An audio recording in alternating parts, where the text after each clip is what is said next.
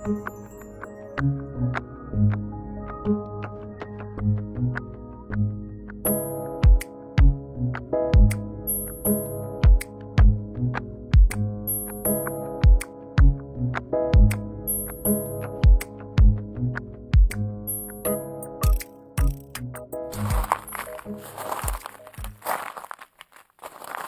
palourdes des forçats libérés du camp le temps d'une corvée annonçaient chaque soir la venue prochaine du crépuscule.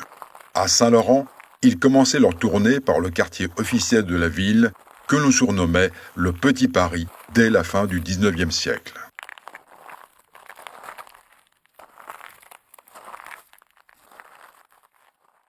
Tout était fait à pied.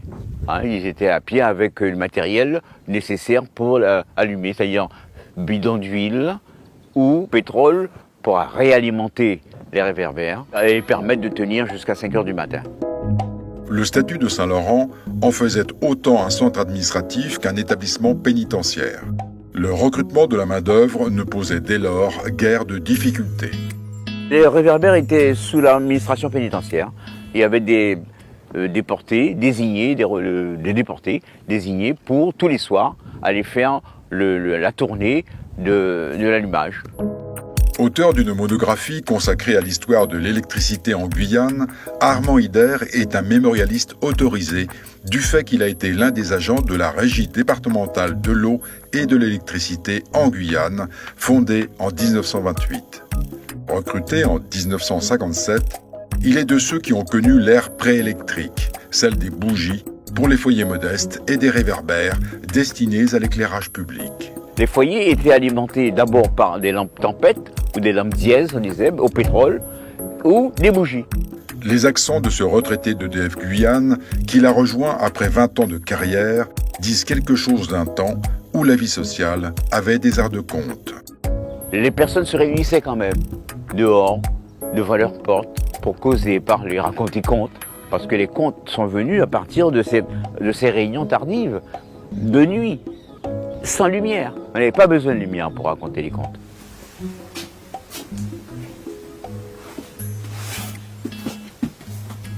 Deux facteurs ont convergé pour faire d'Arnaud Heuret l'une des personnes les mieux documentées sur l'histoire de Saint-Laurent, de la fin du XIXe siècle aux années 70 du XXe.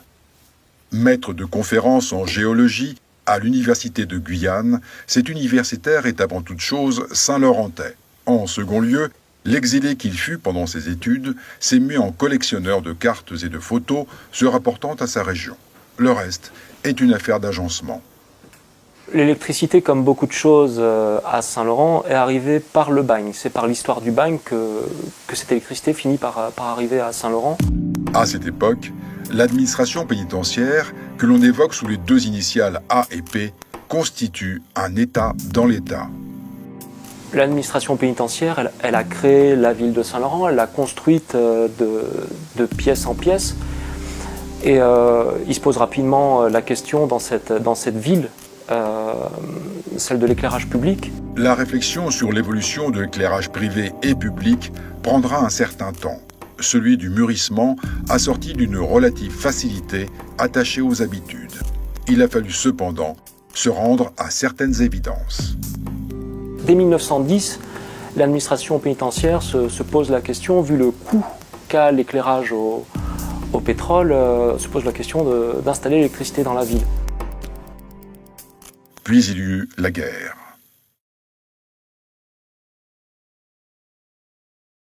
Avec le retour de la guerre, s'est installée à Saint-Laurent une société, donc la Société forestière de la Guyane française, qui exploite les forêts du territoire pénitentiaire du Maroni, un contrat qui est passé avec l'administration pénitentiaire pour ça. L'administration pénitentiaire a aussi alloué à cette société dans Saint-Laurent une concession de 7 hectares où elle a installé ses usines à elle, des scieries, etc. pour le traitement du bois. Et en parallèle, comme à la fois elle est capable de fournir le bois, comme elle a cette dimension industrielle, il lui demande d'installer une usine électrique qui fonctionnera avec le bois de chauffage produit par les chantiers de cette société forestière. Donc c'est cette société forestière qui installe l'électricité précisément à partir de 1921 à Saint-Laurent-du-Maroni par un contrat passé avec l'administration pénitentiaire. Dès 1922, de ce que je sais des archives, à la fois le quartier officiel et le village colonial sont... le réseau de distribution dessert les deux quartiers en quelque sorte. Alors si on habite plus loin, il n'y a pas d'électricité, mais tous ceux qui sont à la fois dans le quartier officiel et dans le village colonial, y compris la population civile, en dehors des fonctionnaires de l'administration pénitentiaire, peut avoir l'électricité. Il faut souscrire un abonnement. Sur le plan de la production de l'usine électrique, la gestion des ressources humaines s'inscrit naturellement dans le contexte de l'époque. Donc il y a une location de main-d'œuvre de l'administration pénitentiaire pour la société forestière. Et de fait, les gens qui travaillent, le personnel qui travaille dans l'usine électrique pour produire l'électricité, ce sont des bagnards. Il subsiste de ces années mémorables quelques traces éparses, dont un étonnant croquis. Il représente l'un des tout premiers poteaux électriques installés dans la ville de Saint-Laurent. Il s'agit d'une structure cylindrique composée de 3 éléments imbriqués, frappés d'une serpentine, le tout coiffé par une lampe posée à nu. Ce document figure parmi les archives du Centre d'interprétation de l'architecture et du patrimoine de Saint-Laurent-du-Maroni.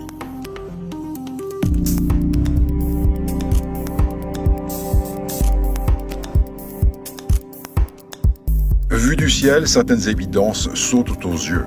L'étendue du territoire tout d'abord, qui dépasse les mesures communes. La densité de la population en second lieu. Au lendemain de la guerre, la Guyane, qui va passer du statut de colonie à celui de département d'outre-mer, compte un peu moins de 28 000 habitants. Sur le territoire de l'Inini, dans la partie qui comprend le Maroni et le Lawa, le taux de population relevé lors du recensement de mars 1946 est établi à 0,1 habitant au kilomètre carré, un désert. Ce rapport entre population et territoire pose aujourd'hui encore la problématique de l'habitat dispersé dans l'ouest de la Guyane. Il explique la lente progression de l'électrification qui se déploie par îlots dans une société éparpillée. Il faudra attendre 30 ans avant le changement d'échelle. À l'époque, au moment où EDF arrive et pendant quelques années encore, il y avait un réseau dans l'île de Cayenne. Il y avait un réseau à Kourou, bien sûr, et autour de Kourou, parce que, je ne l'ai pas dit, mais à l'époque, il y avait aussi une petite régie, la régie de Kourou aussi, qui a donc été intégrée dans l'ensemble. Mais ces réseaux étaient donc séparés, complètement séparés.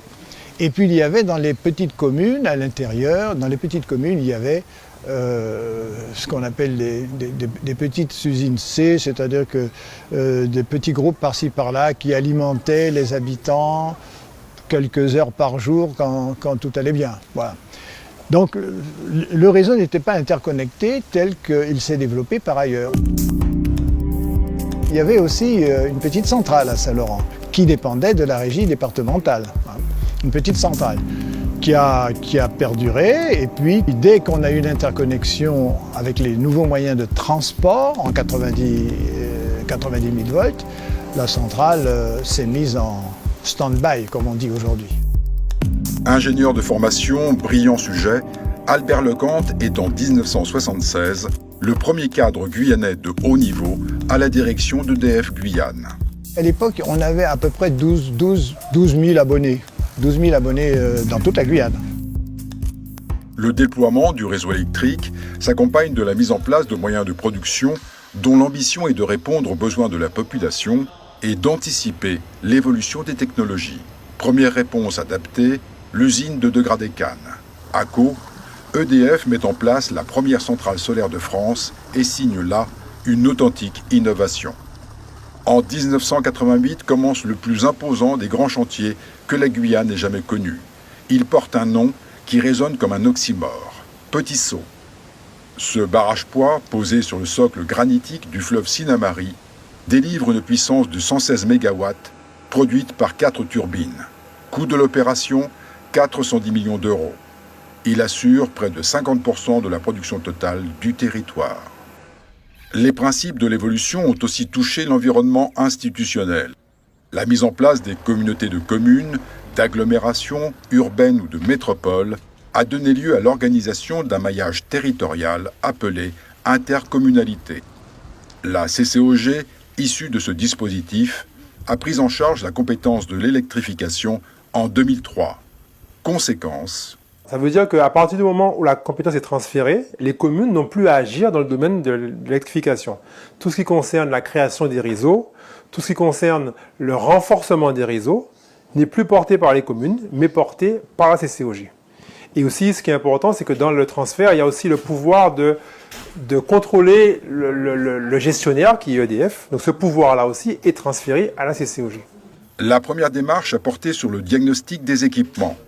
Il faut savoir qu'en 2004, quand on a pris la compétence, vous aviez sur les communes de l'intérieur notamment 3 centrales de production plus qu'archaïques, avec beaucoup de pollution, très peu de gestion. Il a fallu déjà rénover tout le système de production sur les communes d'intérieur et recréer de toutes pièces 2 centrales, une à Grand Santi, une à Papaichton, donc centrale moderne en termes de gestion. Et en termes d'accès aussi à l'énergie, il y avait aussi beaucoup de secteurs, il y en a encore beaucoup, mais il y avait encore beaucoup de secteurs qui n'étaient pas desservis en électrification rurale. Où ressurgit la question de l'habitat dispersé.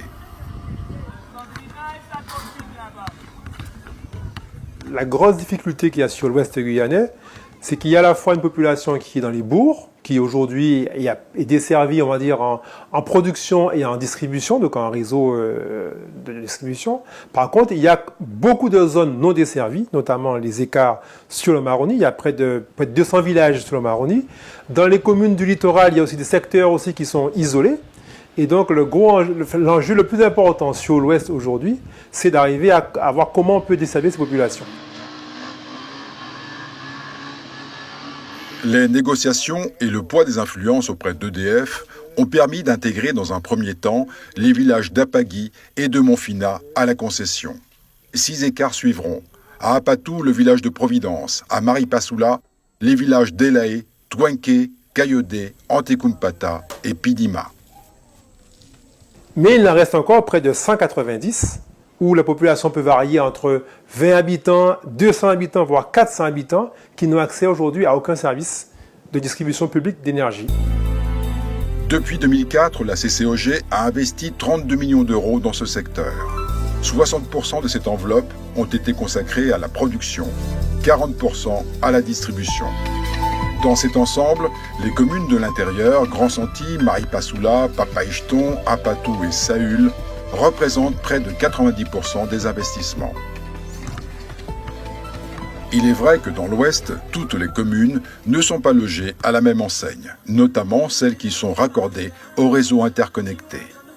Le séminaire consacré au développement durable, organisé par la CCOG à Apatou le 29 novembre 2018, a clairement montré les disparités qui affectent cette partie de la Guyane.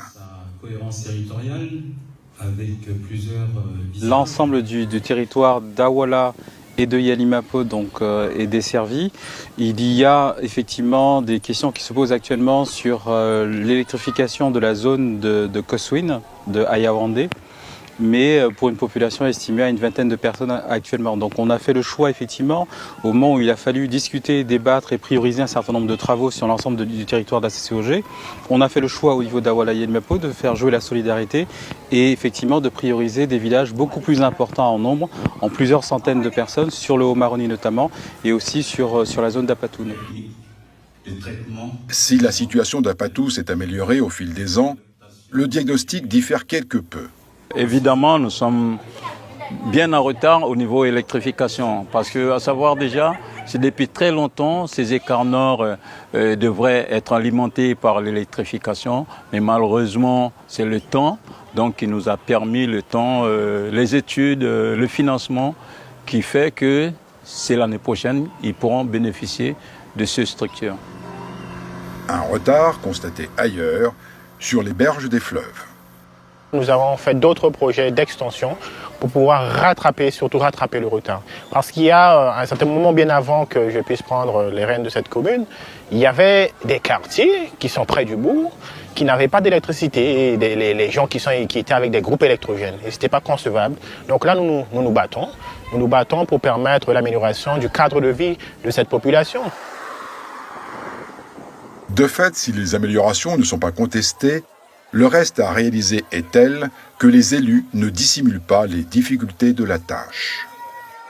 Aujourd'hui, nous arrivons à saturation et surtout, nous avons des communes qui ne sont pas complètement électrifiées. La Guyane est le département le moins électrifié de France. Sur la CCOG, nous avons des communes qui sont électrifiées à 25%, comme Grand Santi. Nous avons des communes à 60%, comme Mana, et même Saint-Laurent, qui n'est pas électrifié complètement, puisque les écarts ne sont pas faits. Par exemple, à Sparwin, nous avons commencé les travaux en septembre 2018. Difficile de lire l'avenir pourtant. Les récentes évolutions du cadre institutionnel ont déplacé les frontières des attributions respectives et fait de l'État et de la CTG les acteurs de premier rang dans le domaine de l'énergie. Avec la PPE, donc la programmation pluriannuelle énergétique qui a été engagée, ce n'est plus la CCOG qui est en charge de définir ni les moyens de production, ni la technologie qui est utilisée, et ni vérifier l'adéquation entre l'offre de production et la demande des populations. La tendance qui en tout cas se dessine dans la PPE et qui est en tout cas bien engagée, c'est que dans toutes les communes, aussi bien dans les bourgs que dans les écarts, on aille sur des technologies, donc on va dire propres.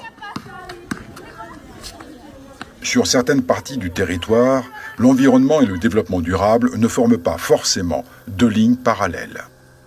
C'est vrai qu'il y a eu des possibilités, en tout cas des pourparlers pour l'énergie solaire, qui permet aussi, on va dire, de diminuer tout ce qui est les carburants qu'il faut emmener. Mais c'est toujours aux travaux, ce n'est pas encore finalisé. Donc maintenant, nous travaillons. Restons à voir qu'est-ce que réellement ça va donner. Certainement, ça va diminuer les coûts par rapport au transport de carburant qui coûte très cher.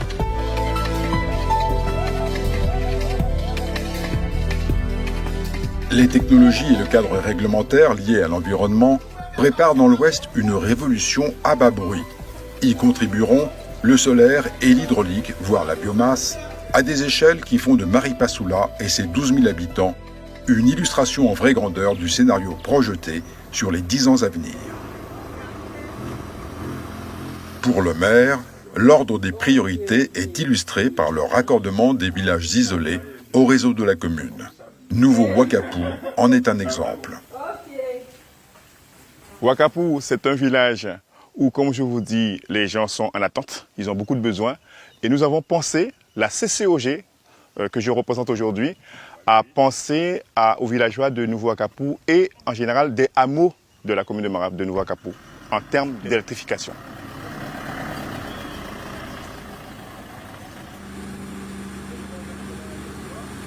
L'essentiel de la production d'électricité est assuré par une centrale thermique installée dans le périmètre du bourg de Maripasoula. Sa capacité d'1,7 MW arrive à la limite d'une demande estimée à 2 MW. Il y a donc urgence. Mais il y a un autre argument en faveur du thermique. Même si nous avons les meilleures intentions du monde, ce sera vraiment compliqué parce qu'en période d'étiage, le niveau du fleuve baisse considérablement. Donc forcément, même au niveau de Sossonel, on aura des difficultés. Donc il faut aussi pallier et continuer à travailler avec la centrale thermique.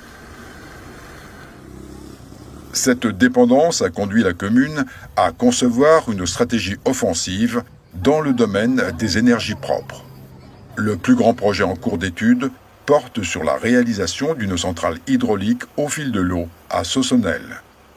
C'est un projet qui est porté par la société Voltalia sur la crique Inini. Pour l'heure, le projet avance. Sossonel, bientôt, va faire partie de cette nouvelle technologie qui permettra à la population de Maripasoula et à nous-mêmes, en tant qu'élus, de montrer au monde entier qu'on est capable aussi, même si nous sommes éloignés, de faire beaucoup de choses.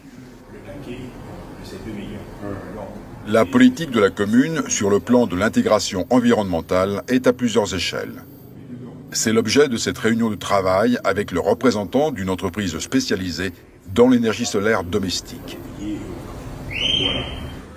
Si la fin du thermique n'est pas annoncée, sa réduction comptera dans le bilan carbone de la Guyane.